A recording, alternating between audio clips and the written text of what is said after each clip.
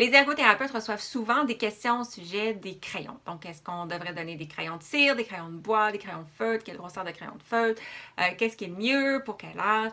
Et ce que je voulais faire dans cette petite vidéo aussi, c'est relativiser la réponse.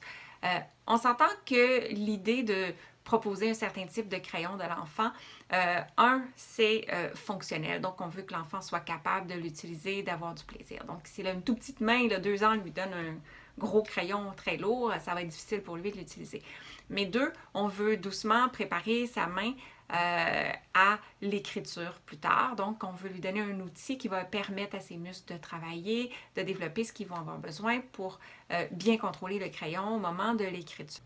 Lorsqu'il s'agit de développer la musculature, préparer la main à l'écriture, l'idée c'est que l'enfant ait accès à des outils qui vont faire ça. Ça ne veut pas dire qu'il a besoin d'utiliser ces outils-là tout le temps.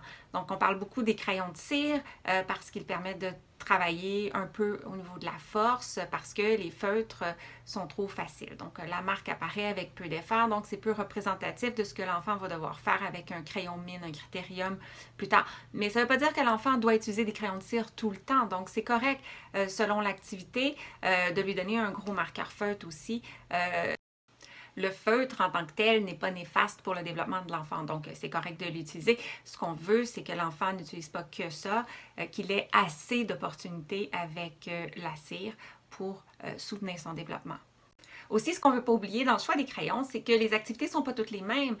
Entre autres, gros crayon, petit crayon, feutre, si j'ai un coloriage avec des grandes zones, par exemple, ça peut être très long de le colorier avec mon petit feutre, donc je vais favoriser.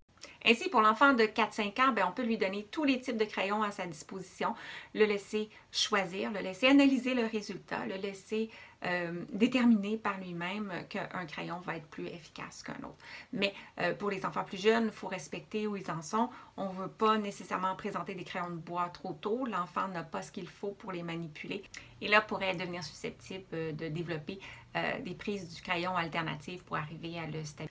En résumé, si on peut, la variété, c'est intéressant avec en bonus une belle stimulation praxique, praxie, planification motrice, parce que quand on passe de la cire au feutre, au bois, on doit créer un nouveau plan moteur. C'est pas la même force qui est nécessaire. Ça ne réagit pas de la même façon, donc il faut que l'enfant apprenne à ajuster tout ça. Donc, en terminant, si tu entends ceci, c'est parce que tu as regardé toute la vidéo et tu es encore là. Et peut-être que c'est la première fois que tu me vois et je voulais me présenter. Donc, je m'appelle Josiane Caron-Santage, je suis ergothérapeute, formatrice en ergothérapie et on a plein de choses en commun parce que si tu es là, c'est parce que tu es passionné, intéressé à optimiser tes interventions auprès des enfants et moi aussi. La prochaine étape, d'abord si tu as apprécié cette vidéo-ci, fais le tour de mon compte, il y en a plusieurs autres avec des sujets connexes, partage avec quelqu'un que tu penses que ça peut aider et trouve un moyen de t'inscrire à ma communauté gratuite pour profiter de mes envois. Chaque semaine, j'ai mon infolette avec ce que j'appelle l'info ergo. Il y a une activité là-dedans à télécharger, à faire avec les enfants, avec des suggestions d'application dans un contexte d'ergothérapie. Ça vaut la peine, c'est gratuit. Si tu ne sais pas comment t'inscrire, écris-moi, je te donnerai un lien. Et sinon, on se retrouve bientôt pour continuer à parler d'ergo.